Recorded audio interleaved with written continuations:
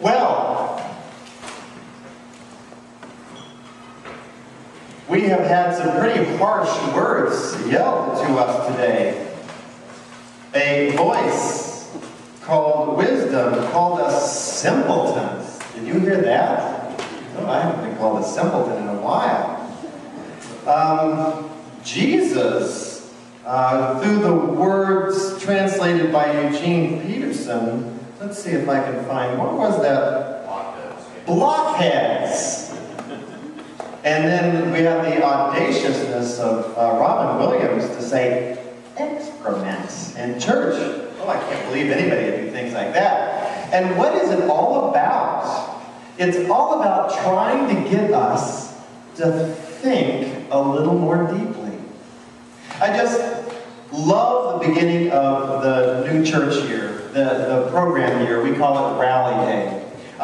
There's nothing magical about it. We ought to be growing and thinking and learning all year round, but, you know, maybe since the routine of school, during the summer months, maybe we began to think a little less hard. Maybe we began to read a little less often. Maybe we began to allow the world to distract us.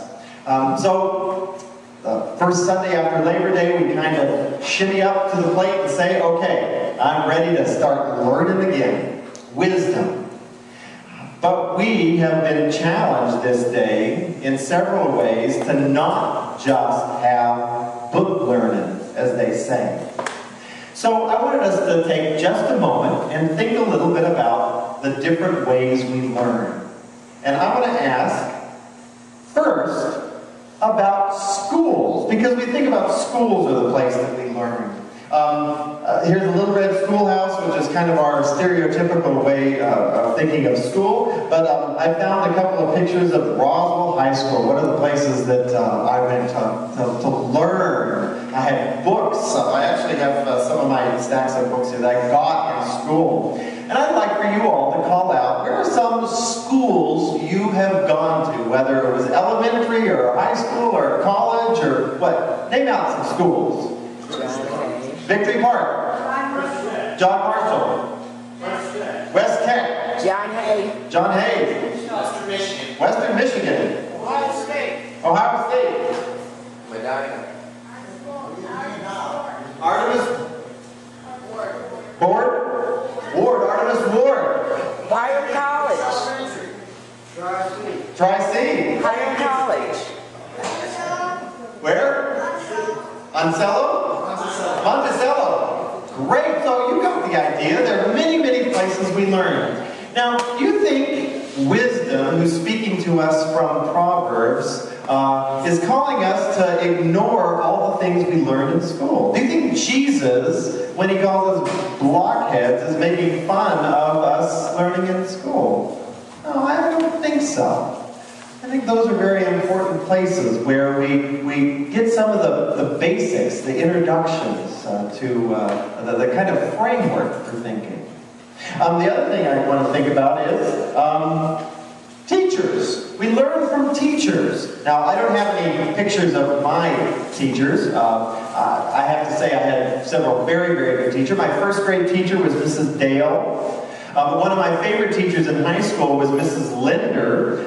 We loved her so much because we knew from the first moment we met her that she was wearing a wig, and it was big and very wiggy. It was a wiggy wig, and she was as confident in that wig as I am in my own lack of hair. But the thing we loved about Mrs. Linder, she was an English teacher. We loved most about her because on the first day of class every year, for every class, probably for her entire life, she announced that she was going to tell us her boyfriend's name. Her boyfriend's name. She said, "I dated Beowulf when I was young." That's funny, but only if you know who Beowulf is, which means all of us spent the semester trying to figure out who Beowulf was. And then when we finally read Beowulf, we were horrified by the thought that she had said that she dated Beowulf. He was not a very nice guy. So, Mrs. Linder and Mrs. Dale, name some teachers you had. Miss King. Miss King. Mrs. Minot. Mrs. Pinot. Mr. Sanders. Wagner. Samuel. Sanders. Lovewick? Robert? Did you? Scheifler? Miss Medic. Medic. Miss Sister Medic. Corley. Sister Corley. Miss Lopez. Lopez. Miss Brown. Brown. Steve Soroka. Mr. Vinegar. Mr. Vinegar. Vinegar. PH. Cool. Miss Hawk. Miss Hawk. Miss Hawk. Hawk. Miss Thomas. Miss Thomas. Mr. Bennett. Mr. Bennett. So we remember our teachers. Norma? Dr. Noble. Dr. Noble. Name some Sunday school teachers that you've had. Who are some Sunday school teachers you've had? Claude, name us a Sunday school teacher. Miss Johnson. Miss Johnson. Eleanor Iron. Eleanor Iring. Ralph Iring. Other Sunday school teachers or church teachers? Mr. Cyrus. Alan Harris. Bob Schlosson. Bob Schlosson. Bob Sloss. Larry Krell. Larry Krell. Martha Everhard. Martha Everhard. Who? Colleen. Colleen Munley. Piney. Carl Brown. Charlene Rafter. Rafter. Good, good. Okay, now do you think Jesus and the voice of wisdom coming from Proverbs thinks poorly of these teachers? No, not at all. They're actually trying to get us to listen a little deeper to these teachers. Okay? Books. Now, we live in a culture that sometimes you hear this kind of mockery of someone who's book learned, and I said that a little bit earlier. I stacked my books up here, and I made sure to put the Bible here. Stacked up some books that I've learned from. Some of these are textbooks, some of these are novels, some of them are just, they're old books, they're new books. Just to name a couple, I see John Irving's A Prayer for Owen Meany is one of the ones that I learned some great truths about life. Adam, Eve, and the Serpent was from my women and Bible class. That was a pretty powerful class. Name some books that you have learned some things from. And I want to hear some of the voices we haven't heard quite yet. Name some books. Yes? Dictionary. Dictionary. Oh, Norma Stearns loves you. Other books. The Bible. The Bible. The big earth. What? The big earth. The big earth. The Big Earth. Hatchet. The Encyclopedia. Titanic. The Help. The Power of Positive Thinking. What are some other books, Tiny? Death of the Salesman. Death of a Salesman. Shiloh. The Secrets Men Keep. The Secrets of... The Secrets Men Keep. The Secrets Men Keep. The late great planet. The Late Great Planet Earth. You just dated yourself. Failing forward. Paying forward? Failing. Failing forward. I hope someone's taking these titles down. Jacob. The autobiography of Miss Jane Pittman. So we learn from these Bibles. I don't think anybody, Scripture especially, is making fun of book learning. The real question becomes, and certainly not the great book, the good book, which I think is great learning. Now, we've got some special things coming up where we're going to be doing some of this kind of learning. Some of it's book learning. We now have the power of modern learning through DVDs, and there's even online courses. You can take webcasts and learn some things. These are the 3 adult classes, and you all know about the youth classes and the children's classes, and even our nursery does a little bit of focused education. Do you think Jesus and the Bible are making fun of any of these? Absolutely not. I think what we're called to, there we go. I think what we're called to is to realize that each one of these ways of learning is a tool.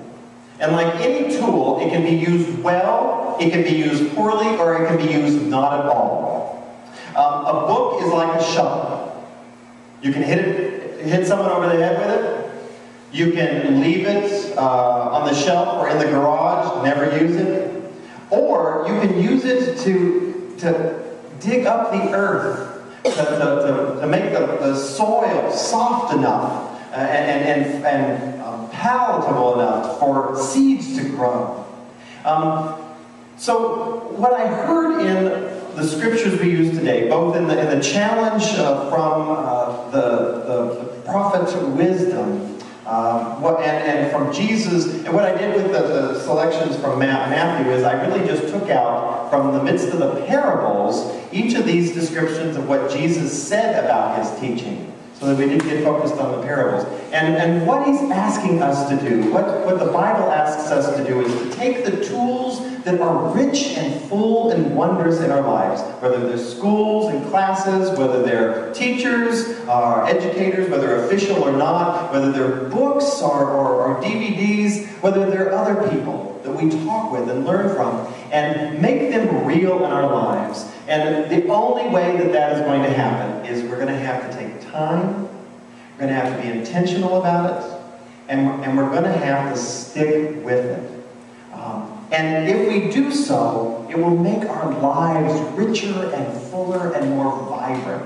So there's nothing more to my sermon today than to say this church is trying to offer in many different ways another venue for growing in your wisdom. And you can come to any one of our classes, even one of the things that I teach. And you know, if you just see it as a tool, either something that you have to, just take everything, hook, line, and sinker that I say and try and plug it into your world, or if you come and throw up your hands and say, that's nothing for me, I don't need any of that. It's just a tool. It's not going to work for you. But if you come and realize that you're going to have to be an active participant in your learning, like that great scene from Dead Poets Society, you got to take what you learn, but really then set it aside and go out and live life to the fullest. I love the fact that in that clip that he called on the students to tear out this introduction, but the book of poetry still remained. He still saw value in looking at that rich wisdom, but he knew that sometimes the words get in the way. Scott sang an absolutely gorgeous solo earlier, one of my favorites of his, and he picked it intentionally because it was set in a very poetic manner. You don't just look at it on the surface and say, nah, not for me. You gotta let it flow over you like the words of Scripture. You've got to ponder it and think about it. And in this church, we dialogue about it, we debate about it, we might even argue about the meaning of Scripture. But we only do that because we want it to live in our lives and allow our lives to be full and vibrant and alive. So I invite you, whether it's at this church or at the school that you're going to, or it's just the conversations you have around tables, I invite you to a life of deeper wisdom, all for the glory of God, and so that we might live life more fully. So, as we sing our final song, I invite anybody who would like to join this church or give their life to Jesus Christ, the great teacher, to come forward.